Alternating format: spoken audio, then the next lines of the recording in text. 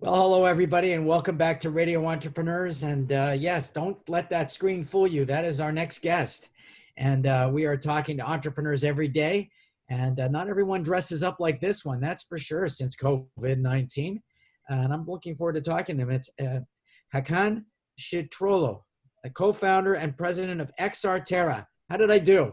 You did great. Awesome. Great. Thank you.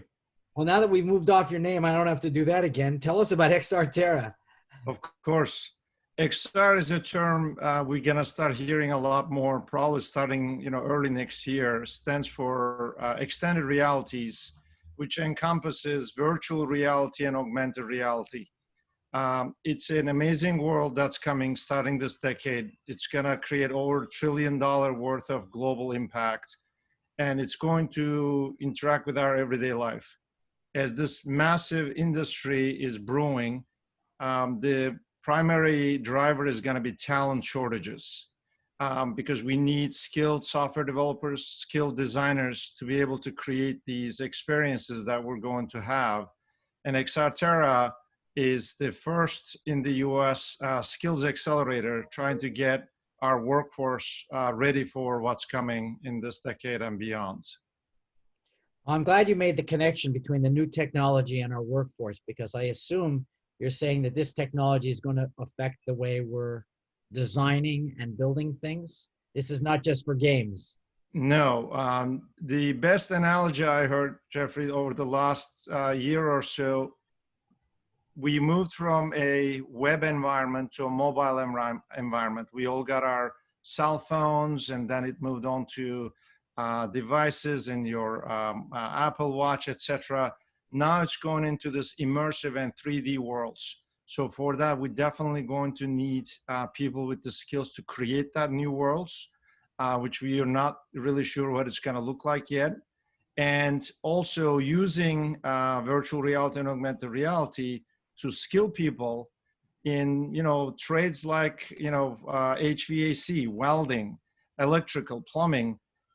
It's going to be also have a huge impact on vocational training as well, which is one of the areas that excites me the most. So let's go into the area that excites you the most, vocational training, because that's been a big topic in America. A lot of people feel that the Americans have fallen behind, let's say, countries like Germany when it comes to technical training.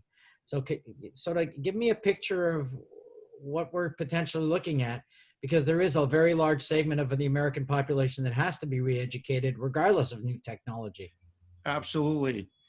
So where we started seeing XR a lot is in corporate settings in the HR world, where people are being trained in diversity training, empathy training, etc. The reason I'm looking into vocational areas as well, and the XR Terra in itself is almost like a workforce skills training to get people in. But also imagine, in the next 3 to 5 years, the numbers for the welder shortage, people who's going to be needed to build bridges and infrastructure for welders is approaching, in the 300,000 to 500,000 people numbers. China started a project last year to train 10,000 welders using virtual reality in about 3 months' time versus 9 to 12 months that would have taken that kind of a scale to do that. So I think XR is going to bring a big scale to the game of workforce development. Well, that's really, so usually when there's a new technology, there's a push to not accept new technology. Can you tell us about, well, we're seeing that, in terms of the election, the powers for change, the powers to not accept change. That's human nature. Can you tell us about that force that you might be dealing with on both sides? Of course. One of the big drivers, as we also started seeing this year, you start hearing about 5G, 5G, 5G. 5G is going to make the devices a lot lighter and a lot less expensive than what it is today. An average virtual reality headset, Facebook just came out with their latest line at $299, basically $300. So that's continuously dropping. The augmented reality glasses, Microsoft, Magic Leap, these are still in the $2,000, $3,000 range. So part of the hesitancy has been The price has been very high to adopt in the masses. But the tech companies you'll see start pushing this. Apple is probably 2 years away from coming up with the Apple Glass. So the glasses you're wearing now is going to be started to become smart glasses in the next 2-3 years. And it becomes everyday life, and we're not going to be able to resist, because it's just like we cannot live without our cell phones now. You're not going to be able to live without your smart glasses. One prediction from a tech company, they said, look, we're in the last few years of having an actual smartphone, and everything is going to move basically to a wearable on our face, in the coming few years. So I Well, think in time, the hesitancy is going to go away. And, if it speeds up our interaction, our everyday life in a Zoom world, people are already started having meetings in virtual environments. So it's coming. so you're making my imagination play. And I've always assumed that the person behind these glasses was not necessarily wearing smart glasses. But with these smart glasses, you're saying I won't need my phone. I may not need my laptop. I can be doing meetings via my glasses. And Exactly. wow. Imagine you're now getting your notifications, and, in part, in the left side, in the room, similar to Minority Report, where Tom Cruise was like, moving things in the air. Those days are like coming. A lot of applications are being done. Or even like as you're talking to someone, based on their public profile, you may start, getting notification and say, hey, look, ask them about their, family, or maybe they just had a birthday, etc.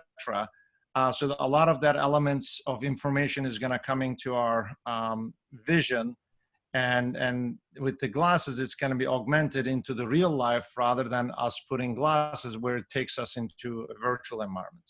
So, I'm getting a little bit older. I remember when people had big cell phones. I remember old TV sets too. I saw a picture this week of an old TV set from the behind 1960s TV. And someone said, does anybody remember what this is? How long do you think it's going to be before people like me are going to be wearing smart glasses every day as an everyday item? My prediction is, the good ones will start coming out within the next 2 years. Just like the first version of, I remember I waited until the third generation iPhone, and the second generation is Apple Watch, etc. So I suspect around 2025, that most people will start at least experimenting with them. And within 2025 to 2030, I think it's going to be an everyday wear.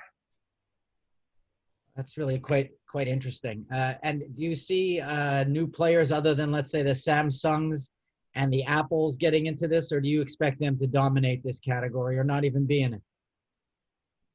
I think, Apple, Google, Amazon, Facebook, Microsoft are the ones to watch as usual. And yes, Samsung's, Lenovo's of the world. And you have, at least a dozen or so new companies coming up in the augmented reality worlds. And, as I looked at Facebook when they bought Oculus, everybody was like, what are they trying to do? But as I look at the end of this decade, I think Facebook is going to be primarily a extended reality company, where most of the meetings or the social media is going to be in a virtual world. And the entertainment companies or the mobile companies like the Verizons, T-Mobiles of the world have to be playing part of this, because 5G is going to be the accelerant, for all that powerful data to be coming into something as simple as our glasses. So let's watch for those. And I'm sure some great startups are on their way to create, not maybe the hardware per se, but definitely in the content play and the media play, newcomers will be coming very soon. For me, it's all very exciting. Although I just had an image of people crashing their cars, concentrating on their glasses, and how we're going to sort of cope with these things, I guess, is part of what we're going to figure out. Is it going to be on the dashboard of your car, and how all this is going to work? But it all is very exciting, and I hope to see how XR Terra is going to fit into this new reality. you know, and maybe you'll come back and you'll continue to explain that to us. But until then, because we always have a short time, how do people find XTERRA or you so that they can learn more? So what we've been doing is we're doing a lot of direct to individual marketing. We've been finding as someone who had a computer science major and now working at a job, but they realize that they need to upskill themselves. Or we're looking for people with the design backgrounds to also come into our 12-week boot camps to be able to upskill, especially for the designers.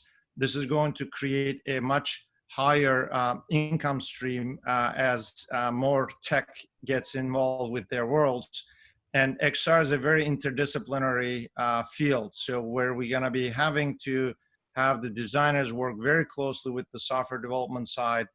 And in the new year, we're also launching a business course that's going to be a 6-week course where the corporate worlds, as well as the small businesses, could learn what is it going to mean for the healthcare companies, the retailers, the biotechs of the world, for them to understand and start adopting XR in a way. So, and many partnerships are in the way. So bigger players is interested in working with us to distribute our courses to a much bigger audience globally. Well, all very interesting, Hakan. And I remind everybody, if you are interested in it, just, I guess, type in your browser XR Terra, Terra. XRterra.com. Right. You can find me on LinkedIn. And I'm sure the show may include my name. So I think it's, you can easily find me, and please feel free to reach out to me with any questions. I've been primarily using LinkedIn, makes life a lot easier than email. And I'm sure I'll send you guys my phone number. If anybody wants to call me, they can do that as well. Great. Well, I'm looking forward to having you come back again and discussing more on this topic. All quite exciting. Thank you. Looking forward to it as well. The whole area of augmented reality. Remind everyone, this is Radio Entrepreneurs. My name, again, is Jeffrey Davis. And we're going to take a break. We'll be right back with more stories.